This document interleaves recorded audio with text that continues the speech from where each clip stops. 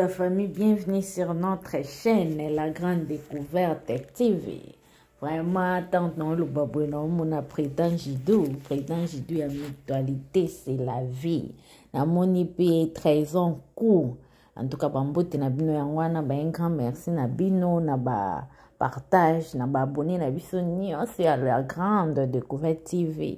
Je vous love. Talaka bino sans bino vraiment moyen raté. Talaka bino na ba partage na bino yango ezo salaki to avancer to kende liboso bandeko la famille to yeli nanu affaire ya pichu tendance boyebi ya pichu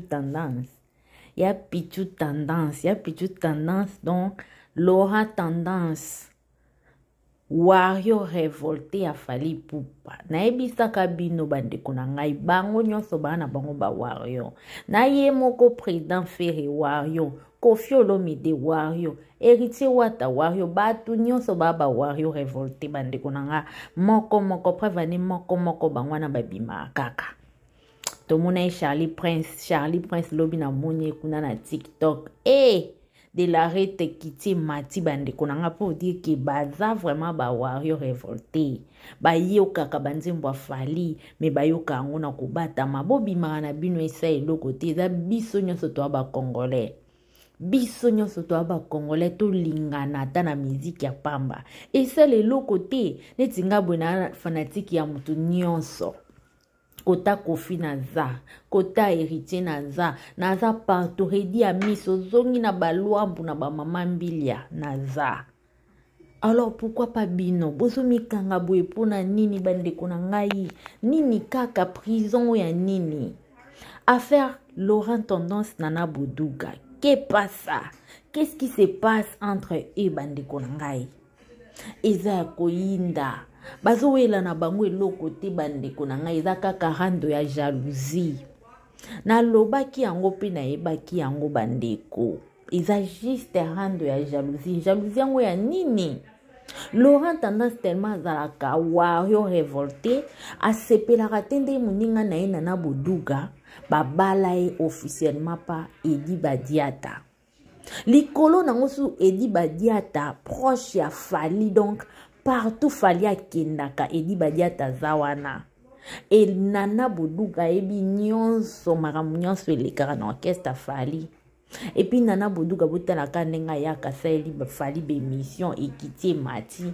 ba information mingi ya sûr ya mambo etali Fali tozwa yango pa Nana Boduga tout ça Laurent Tendance c'est ça la qui jalousie talaka Laurent Tendance a mukolo soki pita mukolo Nana Boduga bandeko na 65 ans d'âge donc veut dire kaza mukolo mais biso toloba na biso mingi te bandeko ba audio nde ekeloba mais to comprendre kaki azalaka na Wario révolté nga na eba yango kala mais na eko yebisa bino ka ba fan na biso ke boyebaki batu nyonso baza ba Wario bozolandanga bandeko batu nyonso ba Wario mais babatamaka mais bo souffrir boya koyoka bamede na bino à l'aise ese eloko te lelo oyoki Fali oyoki Koffi oyoki héritier biso nyonso toa bandeko toa bacongolais totika kokabwa na bandeko na ngai likolo nango wana tokoya nsima avant totya voice bandeko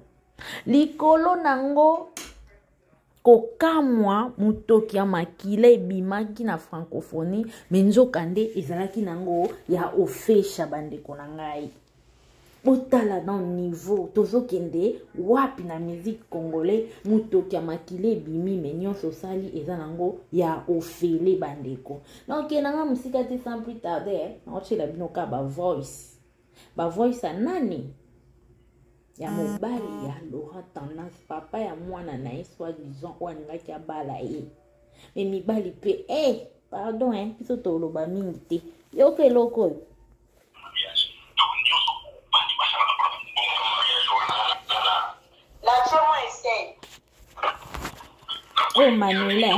Manuela mtandai kuenregistrer la famille.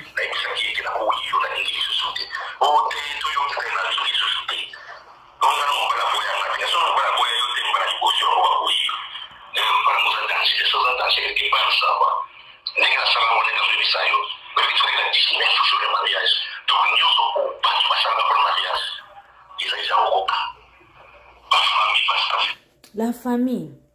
Donc, ndeko na biso pichu tendance aboya na libala. Pona nini? Pona aki fuendende.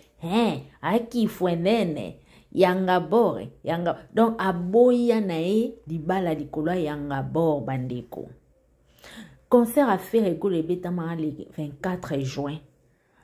2 semaines après concert à faire, Laurent Tendance à fala qui dit balana et salamana mobile na obuzo yoka. Laurent Tendance mobile a pekisa eko kende kinte. Mais akenda na mutu makasi liko na ngwa kenda kin mobile abenga kai ayambaka ete. Bandeko na ngande yango moni mobile azoloba tant mobile amoni bongo trop c'est trop naza mobile funa zwa décision na ngai. Ya o mibali fo bozwa ba décision pe ezate moi c'est on memona lo yenge opozo kinde ka boy mobile fo lata pantalon mobile ko lata Egypte. Président Jidou. Président Jidou fo lata pantalon machudan cheka. Lata pantalon mon frère ko lata Egypte. Mobile fo lata mbati. Mobali so la ta jip mawa plein. Bon moni moi mobali o ayako epsa pichu tendance que na boyo. Imaginez-vous 19 jours avant mariage pour mariage salama. Mobali ayako epso na boyo pona nini oza mwasi mabe. Oza mwasi ndumba, oza ekenda ki zonga ki. Bozela to continuer ba mon chéri, mon frère. Eza biso te, biso to yoka kaka, to koloba kaka. Exacto, zana ba voice de l'air.